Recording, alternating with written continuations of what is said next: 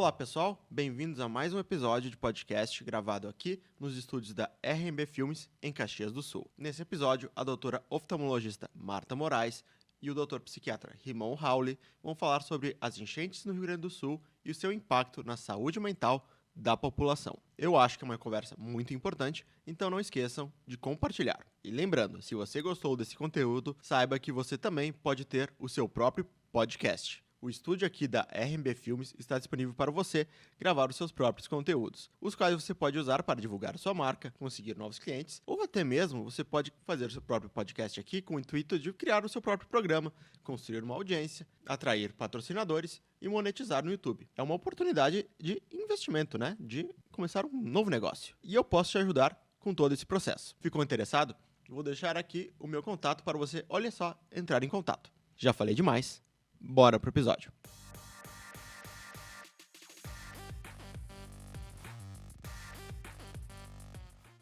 Então, pessoal, hoje começando o nosso podcast RMB Filmes, o número 4. O assunto de hoje vai ser o assunto da pauta do dia. Todo mundo está vendo na TV, no rádio. Rádio tem, né? Rádio tem. Tem. Então, saúde mental e as alterações climáticas. E aí, para isso, a gente convidou hoje o meu grande amigo, colega, Dr. Rimon Howley, psiquiatra. Né, Rimon? Sim. Então, o assunto é longo, tem bastante coisa para a gente conversar, mas é uma conversa, né, Rimon? Sem dúvida. Mas, por maior prazer e um dever nosso também estar passando algum tipo de conhecimento. Isso, né? A ideia é essa, né? É através do teu conhecimento técnico pela especialidade também, né? Passar para as pessoas alguns conceitos, condutas, conhecimento. A gente vê que as pessoas ficam muito curiosas, né? Tem tantos termos novos e coisas se falando aí sobre saúde mental mesmo. Aí eu queria te perguntar, então, para a gente começar a nossa conversa, que tu, como psiquiatra, como tu vê essa questão da saúde mental e dos desastres ambientais, especialmente esse nosso particular aqui do Rio Grande do Sul, que a gente, na verdade, ainda está passando por ele, né? A gente Claro. teve a fase mais crítica e agora a gente entra nessa fase que é cuidar das pessoas também na sua saúde mental, né? E queria que tu tecesse algumas considerações. Ótimo. Não, bom, mais uma vez, uma boa noite a todos. Bom, eu vejo que nós não estamos isolados, né? Nós estamos de corpo e alma, todo mundo nessa situação. Verdade, né? Todo mundo. Todo mundo. O que a gente observa? Que traumas, né, marcam vidas para sempre. E essa enxurrada toda não foi nos pés, né, Marta? Foi quase que o se afogar. Verdade, né? Né? Então, um número de sensações terríveis, uma violência, está marcando todos nós. Né? Nós temos um mecanismo de defesa que nos defende, que é a negação. Como primeiro. Sabe aquele teu amigo, Marta, faleceu? Não pode ter morrido. Veja que eu usei a palavra não, que é uma negação, que é o primeiro mecanismo de defesa do ser humano. A tendência nossa é negar, depois a gente cai a ficha. Fica no concreto, depois a gente abstrai. Verdade. Como a gente está ligado de corpo e alma nisso tudo, não está tendo essa negação. Como tu bem falou, hoje a televisão, rádio, podcast, tudo falando, então não tem a negação. Por isso é que está sendo muito, muito difícil. Essa enxurrada toda. Tem razão, né? Entende? É verdade. Não tem como negar. Exato. Naquele teu amigo faleceu, não. Hoje não tenho, não. Então, isso está deixando as pessoas sair um pouco do operativo e logo para o abstrato. Quer dizer, ir logo para a situação dantesca que está sendo isso. Por isso, dessa mobilização toda. Quando a gente avalia um paciente, nós da psiquiatria, da psicologia, o que a gente avalia? O sono, o trabalho e o lazer. Se a pessoa dorme relativamente bem, passa o dia relativamente bem. Se trabalha relativamente bem, idem. E o lazer? O lazer é a vida social, a vida afetiva, a vida acadêmica, até porque a gente sabe que conhecimento é poder. Vocês imaginem uma pessoa que está mal no sono, no trabalho e no lazer. Como é que vai conviver com tudo isso, que são essas pessoas que estão nessa coisa catastrófica?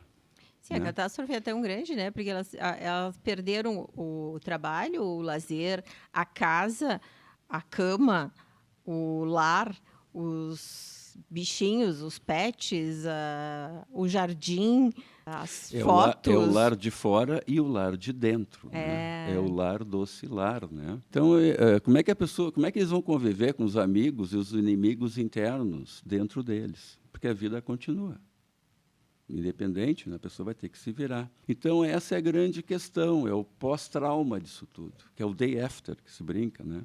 Quando é que essa enchente vai baixar toda? E como é que vai ser o day after do Rio Grande do Sul? E do Brasil, porque o Brasil também está mobilizado em função disso. E a grande preocupação hoje se chama um pós-trauma. É como quase que depois de uma guerra. As pessoas vão ter que fortalecer vínculos, elaborar todas essas perdas.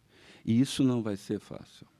Realmente, do ponto de vista psiquiátrico e psicológico, não vai ser fácil. É como a gente estava conversando um pouquinho antes, que nós temos 3 tipos de pessoas nessa situação toda. Né? Aquelas pessoas com defesas mais narcisistas, que ficam voltadas para elas.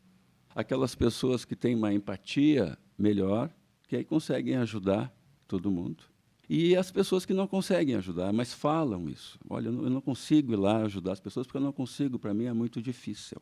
Eu tenho um amigo que foi lá ajudar essas pessoas e ele ficou contente, e o pessoal que estava contente ao redor dele comentaram assim, não piorou a enchente hoje. Quando ele me falou isso, eu tive uma fantasia daquele paciente enfisematoso, do lado do seu tubo de O2, que consegue falar para nós, médicos ou para familiares, olha, eu consigo conversar. Já está, ó. Eu não piorei. Essa foi a minha fantasia. Porque ele me falou aquilo com os olhos arregalados, entende?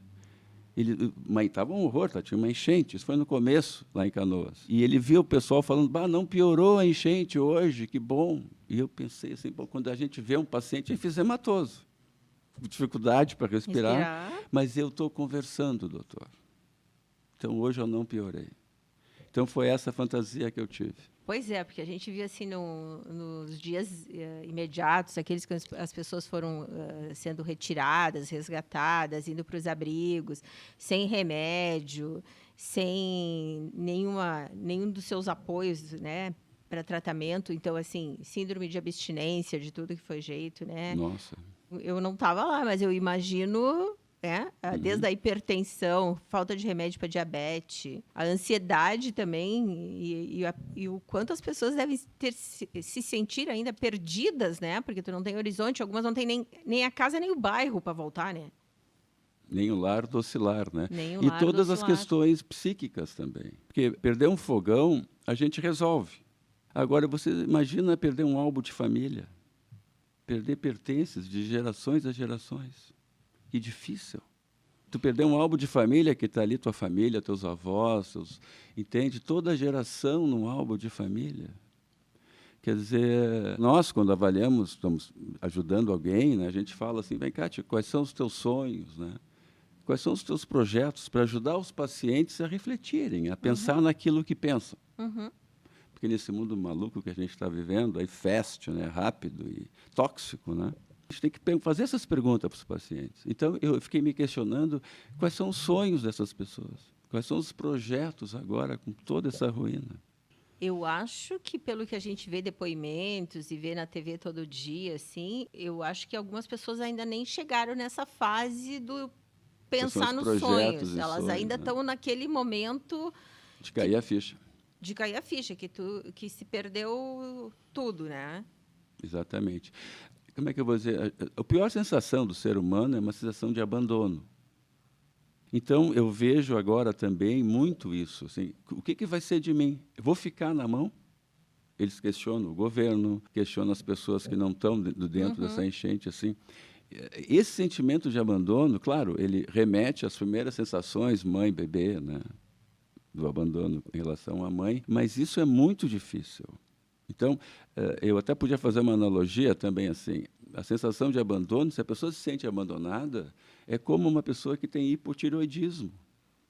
Numa linguagem mais, médica, a pessoa fica lentificada, a pessoa pode ter déficit cognitivo, as pessoas que têm uma baixa de hormônios. E eu vejo hoje pessoas assim, ficando um pouco, uma sensação de abandono que, do ponto de vista psicológico, é muito terrível, né?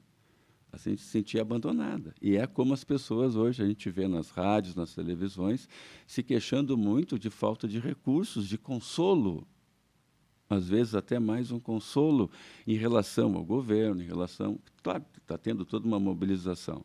Mas eu acho que o que permeia em todas as entrevistas que eu vejo é essa sensação de abandono. E tu acha que dessa sensação de abandono pode ir para um quadro depressivo, para um risco de suicídio? Muito. Claro que os pacientes psiquiátricos são os que sofrem mais, porque já tem essa conflitiva toda psicológica, psiquiátrica. Então, a preocupação grande hoje... Claro que tem pessoas que têm mais recursos, que conseguem, entende? Dá a volta. Internos, claro. Mas tem esses pacientes psiquiátricos que já vêm com algumas questões mais emocionais, pré-enchente, que vão sofrer muito.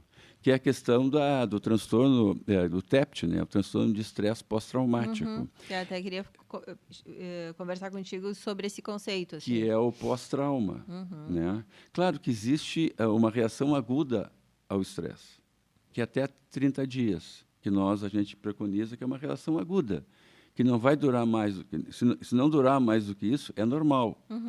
Passando de 30 dias, aí fica o transtorno de estresse pós-traumático, o TEPT, que aí realmente a pessoa precisa de recursos, medicação, terapia, porque pode ficar crônico. 2019, houve o Brumadinho, e eu li, me lembro que naquela época a gente se interessou e teve um número alto de pessoas com TEPT, transtorno de estresse pós-traumático. E no Katrina, nos Estados Unidos, que lá tem os dados mais fidedignos, foi enorme. Só que eram pessoas que já tinham transtornos psiquiátricos anteriores. Aí são pessoas de alto risco para isso. Que vão sofrer que vão sofrer a questão toda é o pós-trauma hoje. Entende? Como é que as pessoas vão elaborar tudo isso, né? Eu vi assim algumas palavras que eu achei nas notícias como elas foram acontecendo assim, né? Então eu até anotei assim, que eu ouvi frases que eu ouvi na TV e palavras que eu vi na TV. Então uma eu ouvi de um senhor da colônia aqui da nossa região, que ele disse assim: "Bah, de coisa ruim estamos cansados". Então, assim, ele não sabia mais o que fazer, entendeu? Ele perdeu os bichos dele de criação, a casa perderam as plantas, né? Às vezes perde alguém da família também, né? Então, assim, era desolação total, né? A gente tem que passar uma informação, nós médicos, enfim, que o ruim não dura para sempre, né? Exato. Então, hoje a nossa função aqui é lembrar isso. É lembrar isso, que o ruim não dura para sempre. Então, a gente tem que arregaçar as mangas e trabalhar. O Freud disse uma coisa que eu acho que é bem nesse momento, que eu achei maravilhoso. Assim. As pessoas tinham uma ideia que ele era pessimista. E aí perguntaram para ele, Freud é uma pessoa pessimista, ele olhou para o cara, assim, para o entrevistador, e ele disse, olha, não enquanto eu tiver minha mulher, meus filhos. Eu não sou pessimista, enquanto eu tiver. Então, isso serve muito para hoje. Enquanto nós tivermos as pessoas, as nossas relações, eu não estou otimista, entende? Quer dizer, não está morto quem peleia, né? Então, a gente tem que passar essa informação. Entende? Porque senão nós vamos ficar num clima depressivo absurdo. Começar a passar uma mensagem positiva, otimista, né? Vamos dar volta. Enquanto as pessoas tiverem a sua esposa, ou seu companheiro, ou seu companheiro e seus filhos, e ele disse mais, e as minhas flores, hoje no caso está difícil, as minhas flores pela enchente, né? Então eu meio que neguei as minhas flores, mas ele falou isso. Não enquanto eu tiver minha mulher, meus filhos e as minhas flores. Que bacana, né? Muito. Isso é bem dele mesmo. Né? Mas... Uma coisa afetiva, né? E totalmente atual para o nosso momento. Muito atual. É isso que a gente tem. A gente tem visto no consultório, né, no atendimento de pessoas muito mobilizadas com isso. Então, o nosso papel é falar isso, né? Que o ruim não dura para sempre. Como é que nós vamos ajudar essas pessoas? Como é que nós vamos lutar? Arregaçar as mangas e trabalhar.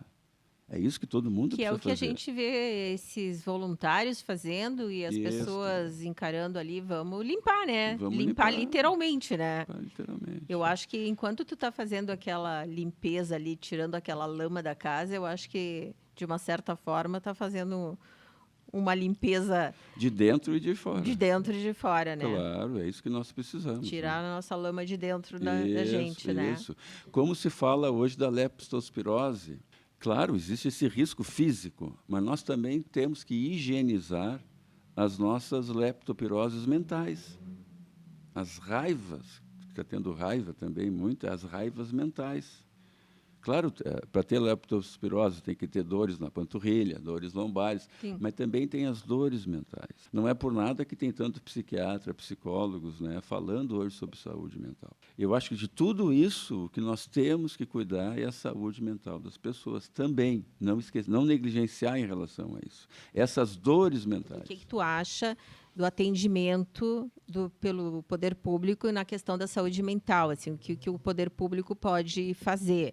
Eu vi que numa ação imediata, assim, mas em emergência, eu diria, o site da OSS Enchentes está promovendo um atendimento médico e psicológico gratuito.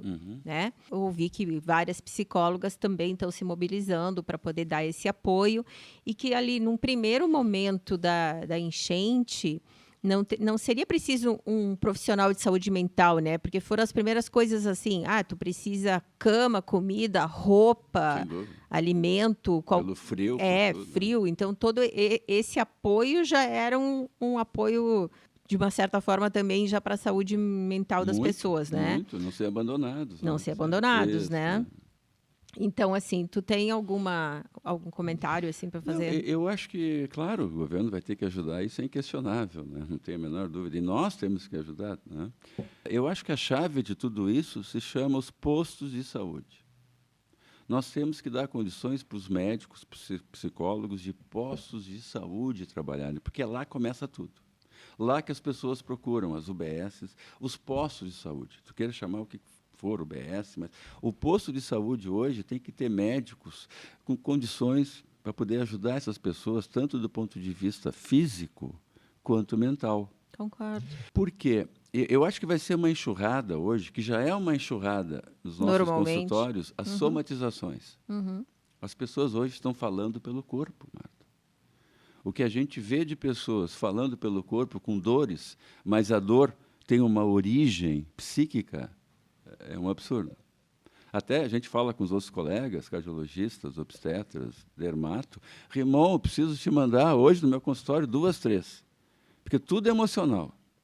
Então, tu imagina com toda essa situação catastrófica, esse cataclisma que houve, Sim. Os postos de saúde, eles vão ter que ter uma estrutura, porque senão vai ser medicação, medicação, medicação, mas as dores são psíquicas. Entende? Então, tem um doutor, o doutor Gley Costa, que é da Fundação Mário Martins, que ele tem escrito muito sobre somatizações. E ele coloca, dentro dos livros dele, tem os famosos procedimentos autocalmantes, que são pessoas que falam pelo corpo, começam a ter atitudes patológicas para aliviar as ansiedades. E essas atitudes patológicas podem ser muito patológicas, muito destrutivas. Eu conversei com um médico que trabalha num posto de saúde em Canoas, que é até um familiar meu. Ele me disse, olha, tia, lá as pessoas vêm porque um quer se mudar para Caxias, o outro não quer deixar. Aí querem se separar. A princípio vieram por situações clínicas, mas só dá um minutinho, começa as questões conjugais, que são graves. Ou, olha, meu marido tinha parado de beber, agora voltou a beber. Então, são os procedimentos autocalmantes, que, na realidade, são situações patológicas, somáticas, para ir para um canal de autodestrutividade. Então, ele me falou assim, olha, eu estou sendo um psiquiatra, né? Eu estou no posto de saúde, eu estou sendo um psiquiatra, porque assim, a alta gama com a somatização. A pessoa falar pelo corpo. E nós, médicos, nós temos que ter essa ciência hoje. E até também vai ter, eu acho que tem muita gente que realmente não consegue elaborar e falar, né? Ela vai falar pelo corpo, né? E nós temos que ajudar porque as pessoas pelo corpo a falarem, sempre ela vai falar. a entenderem tudo isso. É a nossa grande questão. O falar e o entendimento. que é, pelo menos, dar ouvidos, entende? Porque a pessoa, ela tinha uma psicanalista argentina, a doutora Arminda Herberasturi, que ela comentava, que eu achava bárbaro, assim, olha, o paciente te dá a doença dele e a cura dele na primeira entrevista. É interessante, principalmente em crianças a gente vê muito isso. A gente dá para uma criança desenhar alguma coisa, na primeira entrevista ela põe ali. E muitas vezes eu vejo o adulto também fazendo isso. Eu vi que as crianças são mais resilientes. Mas eu acho que nós estamos falando muito dos adultos aqui. Eu acho que as crianças também têm que falarem bastante. Eu vejo elas negando mais do que os adultos. As crianças que eu consigo falar e que eu vejo na televisão é uma negação muito grande. E isso vai ter um custo. Claro, a negação, como eu falei antes, é o primeiro mecanismo de defesa, né? Sim, e a criança... Ele vai, mas nós temos que, de alguma maneira, fazer eles falarem. Porque senão eles começam também a somatizar, a ter procedimentos autocalmantes, para acalmar a ansiedade. Mas são procedimentos, como não são elaborados, não são entendidos, eles vão para um caminho, muitas vezes, para o negativo. Porque a gente fica no negativo, não é só no banco, né? Às vezes, muito psiquicamente, né? Verdade. Então, as pessoas agora estão ficando negativas no banco pela situação toda e, muito provavelmente, também psicologicamente, né? Pois é, e essas pessoas que perderam todos e essa chance, assim, teve enchente grande em setembro, teve em novembro, agora tem em maio, nada nos diz que a gente não vai ter novamente outras enchentes ou vamos ter secas muito intensas para o próximo verão, talvez. Nós temos que vestir a camiseta e sermos um pouco eco-chatos. Eu nunca fui tão eco-chato como eu estou agora. Eu me sinto que eu preciso ser mais. Porque essa euforia que eu vejo antes da enchente, uma euforia responsável de construir prédios, condomínios, entende? Está sendo uma coisa irresponsável. Se tu vai para a praia, tem, parece que 24 condomínios sendo colocados ali, só numa região pouca. Imagina o custo disso, né? Quer dizer, vai mobilizar todas aquelas lagoas da praia também. Está uma euforia irresponsável. Tinha aquele filme Não Olhe para Cima, que era com como era o nome do autor? O Leonardo DiCaprio. Leonardo DiCaprio? E aí ele é um cara do tempo, um pesquisador, e eles veem que vai ter um meteoro que vai vir direto para a Terra e vai destruir a Terra. Uhum. Tu não assistiu esse filme? Eu acho que eu vi esse filme, sim. E aí ele começa a fazer, tentar ir para televisão e mostrar para as pessoas, olha, mobilizar. Não, nós vamos levar um meteoro aqui, falta pouco. E está vindo esse meteoro de novo. E aí o Não Olhe para Cima era... Isso. Não, vamos continuar nossa vidinha. Vamos negar totalmente. É porque está um vamos que vamos em relação ao clima. Eu acho que é uma euforia irresponsável. É uma coisa totalmente irresponsável. Nós temos que ter um progresso nas nossas cabeças em relação a isso. Eu digo que é uma euforia irresponsável. Depois, tudo que a gente está vendo, se a gente não botar uma camiseta do eco-chato, não vai ter outra enchente. Nós vamos com secas, já houveram agora, sim, poucos porque anos as coisas atrás. vão se alternando ali, né? Então, agora eu sou um eco-chato. Ai, que bom. Né? Mas eu... Não, porque eu vi ali, eu estava lendo um artigo da Sociedade Americana de Psiquiatria, né? E daí sobre as questões ambientais também. E aí eles têm a questão dos tornados, não são só das enchentes, né? Terríveis, né? Terríveis, né? Assola um país. Assola o país, né? E eles falam dentre as coisas para talvez ajudar a amenizar assim as perdas das pessoas, elas terem, já que vivem em zona de risco e que pode acontecer de uma hora para outra um tornado, elas têm a sacola aquela de go bag. Go bag. Né? Que aí bota ali na sacolinha até as fotografias, os álbuns, né? As memórias afetivas, isso, né? Os documentos, além da água e biscoito, coisa assim, né? Mas eu achei uma coisa tão simples e tão prática, né? Porque essas pessoas agora aqui, a gente tem pessoas que estão vivendo em zona de risco, né? Muito. Até no Menino Deus. Até no Menino Deus. Olha o que aconteceu em todo o Menino Deus aqui. Hã? Por isso que a gente tem que fazer... Tem que ser diques internos agora, com portas internas nossas, de pensar e resolver isso.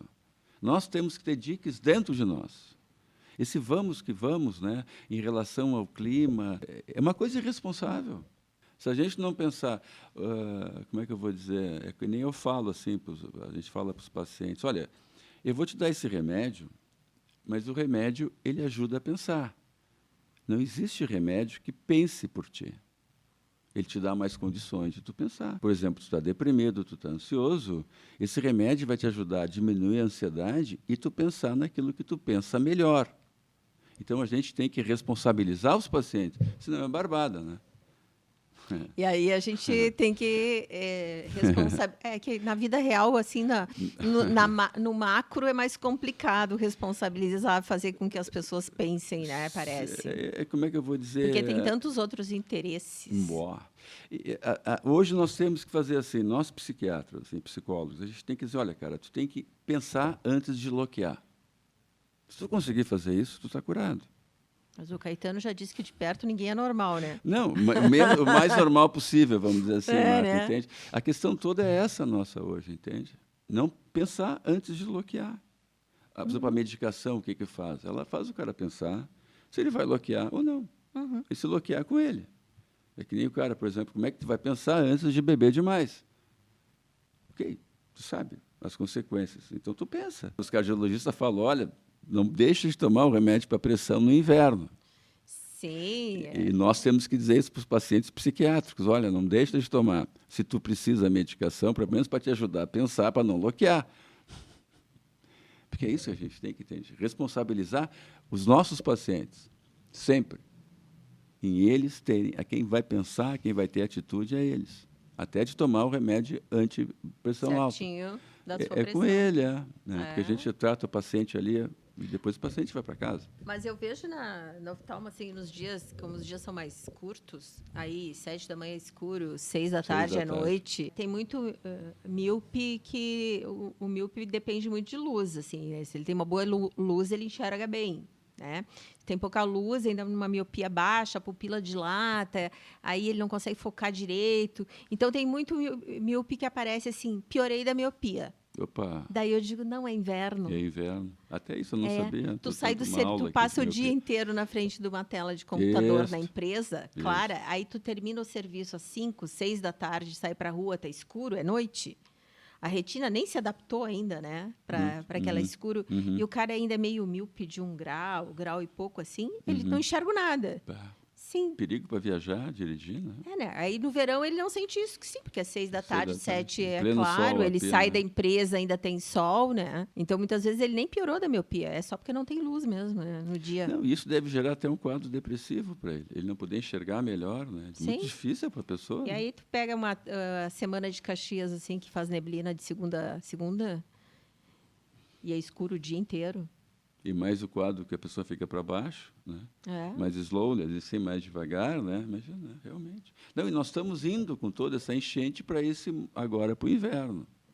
Que vai ser complicado, que né, vai Ramon? ser complicado também a parte pulmonar e toda a parte cardíaca. As pessoas têm que se cuidar muito mesmo. Né? Eu li um conceito, até foi no site da Unimed, sobre ecoansiedade. Ecoansiedade. Ecoansiedade, já ouviu falar?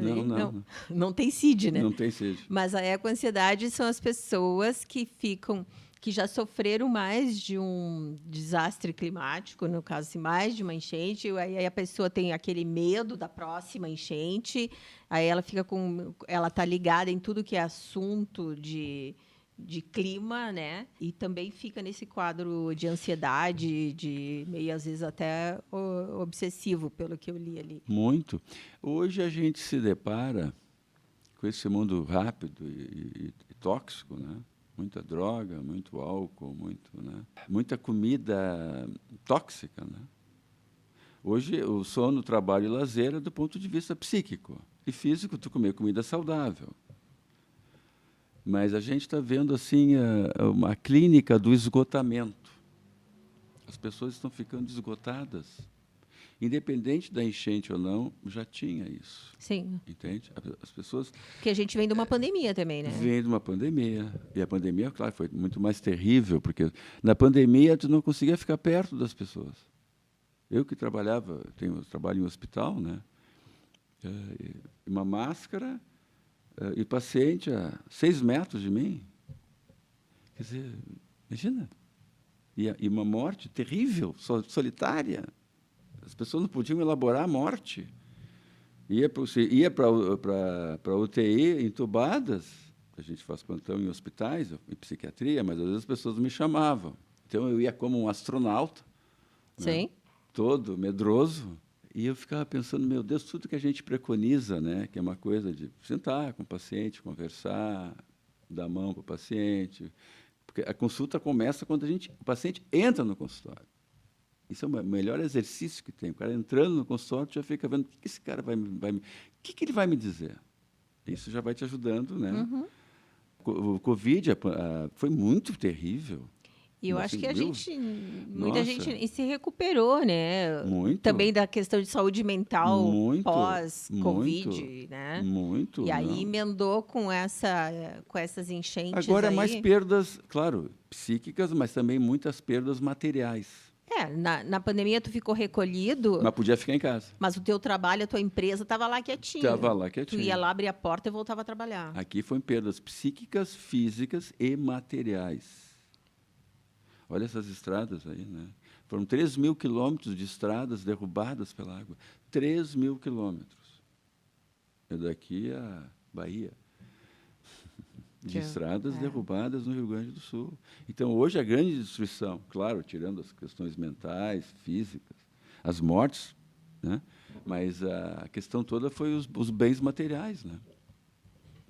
E terrível, mas o Covid foi muito pior. A vivência psíquica foi muito difícil. Todo mundo teve, né, essa sensação, assim, tu vê que parou o mundo, né? Sim, parou. Eu sempre falo para os pacientes assim, que eles chegam atrasados. Ai, doutora, mas eu achei que eu tinha vindo ano passado. Não, é que 2020 não teve Isso. na cabeça. Isso. Então, esse ano não existiu. Então, tu não perdeu, não está atrasado. É porque 2020 não teve. Isso. Né? Ninguém foi no médico. Isso. Ninguém saiu de casa. Claro. Ninguém fez nada. Claro. Então, assim, é um ano que, na cabeça das pessoas, assim, apagou. Tu ficou em stand-by em 2020. Isso. Essa situação de esgotamento. Por quê? Porque hoje está muito difícil ganhar dinheiro, né?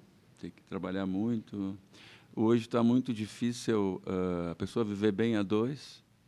Tem alguém. A gente sabe que a solidão é uma péssima companhia do ponto de vista psíquico. Então, as pessoas já vinham esgotadas com tudo isso, né? E mais agora essa enchente. Então, a clínica do esgotamento é o que eu vejo hoje no meu consultório. E os idosos, né? Porque os idosos já penaram muito na pandemia. Muito. Agora, tu vê nesses abrigos ali, né? Pessoas de mais de 80 anos, sem mais nada, né? Nós temos Deve que ser bem complicado. o grande remédio hoje para os idosos, a gente trabalha com bastante psicogeriatria, né? É manter eles com vitalidade. Essa é a palavra. Com 60, 70, 80, 90. Eu quero ter... Não existe uma velhice tranquila, como não existe uma juventude feliz. Bom, a pessoa, quando nasce, tem que saber chupar a teta da mãe, senão morre de fome. Já começa a encrenca. Sempre ali. um desafio. E é interessante que os bebês, se tu lembrar, Marta, claro, vai ser difícil tu lembrar, mas o bebê nasce, o pediatra vai lá, limpa, faz o Apgar dele, tudo, e põe no colo da mãe. E esse bebê nunca viu um mamilo. O pescoço dele vai direto para o mamilo. Quem trabalha em sala de parto, acho que é meio automático isso. Mas alguns partos que eu me lembro, eu ficava pensando assim, aí depois a gente vai estudar psiquiatria infantil, né? Ele nunca viu um mamilo. Não sabe o que é mamilo, não sabe o que é seio, nada. E ele vai o pescoço para o mamilo. É um troço assim fantástico. É um troço absurdamente legal, né? Mas, então, é isso. Então, a gente, com esses idosos, a gente tem que manter... Eu voltei para a psiquiatria infantil, tu vê que eu estou meio desagregado aqui, em termos das idades. Mas, estou mostrando para as pessoas que têm que lutarem sempre. Não tem nada feliz. Tu trata uma criança de 4, 5 anos, ela tem as suas ansiedades, trata o adolescente também. Então, essa coisa mágica do adolescente, né, que é uma época feliz, o ideal da jovialidade. Olha, hoje nós temos, Marta, vamos sair um pouco, os novos velhos e os velhos. Olha o Paul McCartney, 80 anos, shows dele de 2h30. Mick Jagger, Silvio Santos, 92. Eu tive a oportunidade... Nem Mato Grosso também está com 80, fazendo show em todo lugar. Eu vi, né? Então, são esses os novos velhos. Depende de nós. Nós estamos falando 80 anos fazendo show. E eu vi o show dos Rolling Stones lá, o Mick Jagger na minha frente, ele pulou 2h30, cantando do palco de 100 metros e correndo. 2h30. Eu, com meia hora, já era. São os novos velhos. Então, são pessoas com vitalidade. Então, nós, psiquiatras, psicólogos, não podemos deixar eles desvitalizados. Em qualquer idade, né? Isso é nosso, né? Isso não tem medicação, isso tem terapia, mas a medicação não faz a pessoa ficar com vitalidade. Isso é uma coisa interna. Nós temos que estar sempre atrás do mamilo. Sempre buscando. Sempre buscando. Ainda mais agora. Quer dizer, não há nada ruim que dure para sempre, né? Então, essa é a vitalidade que nós temos que ter para mostrar para os pacientes, para as pessoas em geral, né? Os novos velhos. Eu fico impressionado, assim. Eu tenho pessoas que eu trato com 92 anos, lúcidas, mas leem, estão preocupadas com enchente, mas estão ativas, 92 anos. Não é um nem dois. Coisa boa, né? Muito, muito com vitalidade. Eu acho isso fantástico, né? Estão vindo a aula para nós, assim, né? Com certeza, fazendo ainda uma polêmica. Mas é que nós também somos os novos 60, né? Muito. Tem pessoas hoje recasando, tendo filhos, tudo, né? Nossa, uma vitalidade absurda. Rimon, então, assim, ó, a gente conversou bastante, eu adorei a nossa conversa. Prazer. Né? Eu acho que foi bem legal. Então, a gente está se encaminhando para o fim de mais esse podcast, mas eu queria que tu deixasse aqui para a gente alguma orientação, alguma conclusão, o que tu orienta as pessoas em relação a essa questão de saúde mental mesmo, nesse momento. Pois eu estou pensando aqui, né? Mas eu vou terminar falando o que eu falo para os pacientes, muitas vezes. Que nós médicos, Marta, e psicólogos, no que tange à saúde mental, nós somos umas boias. Eles precisam de nós quando precisam, entende? Então, não se furtar de ter uma entrevista conosco. Muitas vezes eu falo para os pacientes, olha, eu sou a tua boia. Eu, a terapia, a medicação. Senão, tu pode te afundar. Claro, hoje, quando eu comecei na psiquiatria, eu tinha um biombo no meu consultório. O paciente que saía não podia ver o que estava entrando. Não podia, no psiquiatra. Ainda era assim, aqui em Caxias. Em Porto Alegre não era assim, porque eu estava muito em Porto Alegre, então ia nos consultórios dos outros colegas, era mais tranquilo. Mas aqui era assim. Hoje, eles saem e se cumprimentam. Que bom, como é que tu tá? Como é que está o Ju? Como é que está o Caxias? Era um estigma também, né? E eu fico ouvindo, assim, eu sou um privilegiado. Eu estou vendo tudo isso.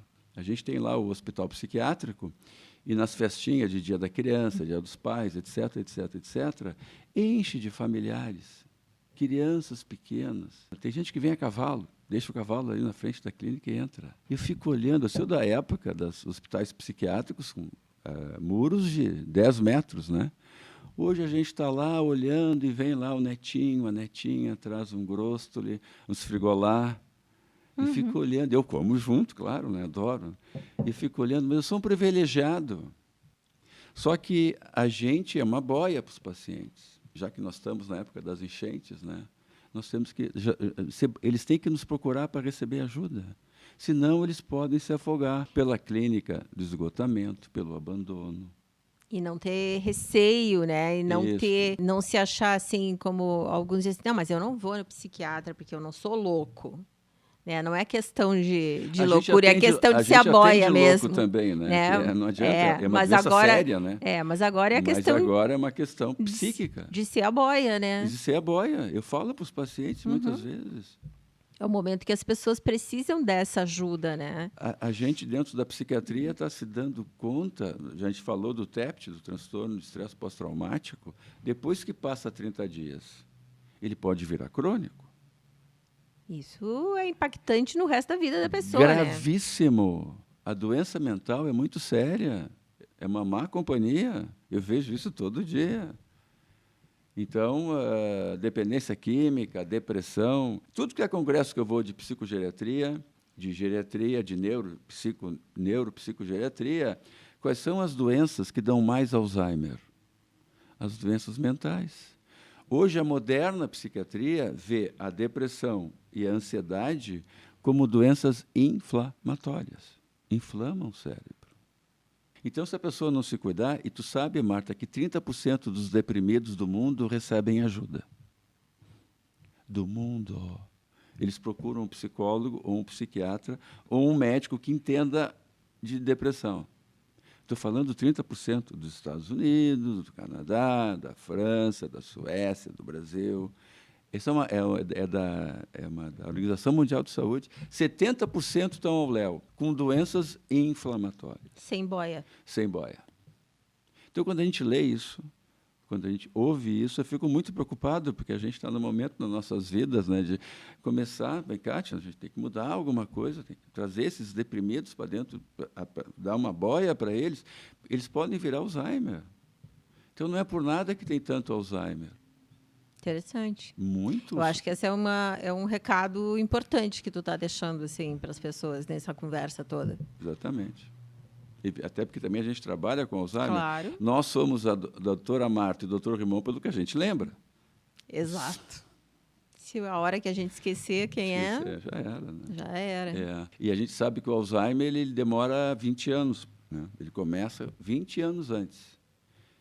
Quando a pessoa, não, isso aí, a pessoa está perdendo a memória. Não, isso é da idade. Não é verdade. A memória tem que estar relativamente intacta até os 80. Então, não é da idade. Se a pessoa está com problema de memória antes dos 80, ela tem que avaliar. Não é da idade. Então, a gente escuta, às vezes, os pacientes vêm com 75, totalmente bambil, que nem falo italiano, totalmente, né? Começou isso há 10 anos. Não, mas ele fala, a familiar fala, não, disseram que é da idade, o vizinho falou que era da idade. Não, era um Alzheimer se instalando. A gente vai ver, paciente bebia demais, tinha momentos depressivos importantes, pacientes ansiosos, pacientes com transtorno do estresse pós-traumático, que se cronifica. Então, imagina a pessoa ficar com estresse pós-traumático. São 4 etapas do estresse pós-traumático, para ser transtorno do estresse pós-traumático. Mas a última etapa, o cara não sai de casa. Que coisa, né, irmão? Não, se cai uma nuvenzinha lá em Farroupilha, a pessoa não sai de casa, no 4º estágio. A pessoa tem que ter os 4 estágios. Quer dizer, olha como é uma doença limitante. Eu estou falando de uma doença. Então, as pessoas têm que nos procurarem para a gente poder dar algumas informações para elas. Até porque todo esse quadro de crise climática agora, todas essas enchentes, na verdade, vai produzir uma gama de sinais e sintomas diferentes que precisam ser avaliados para cada indivíduo, né? E pela somatização, aumenta a pressão, porque aumenta a adrenalina e o cortisol. A pessoa tem risco de ter infarto, Sim, derrame. A doença física aparece na decorrência também, né? Baixa o sistema imunológico, câncer, né? Então, procurem as boias. Está aí, está cheio de psicólogos, está cheio de psiquiatras, cheio de clínicos que têm uma boa noção. Senão, a pessoa fica de risco do ponto de vista físico e mental. Essa é a minha preocupação, é o pós-trauma, é o day after. Rimão, muito obrigada, adorei Imagina, essa conversa. prazer. E a conversa ia longe, né? Sabe que eu gosto de papo. Como é que eu gosto de oratória e escutatória? A escutatória também é bom. É bom. Eu fiquei na escutatória Não, hoje. eu conheci muito sobre miopia hoje. Abraço, Rimão. Imagina, foi um prazer, Marta. Sempre é um prazer. E um dever nosso. E um dever. É isso aí.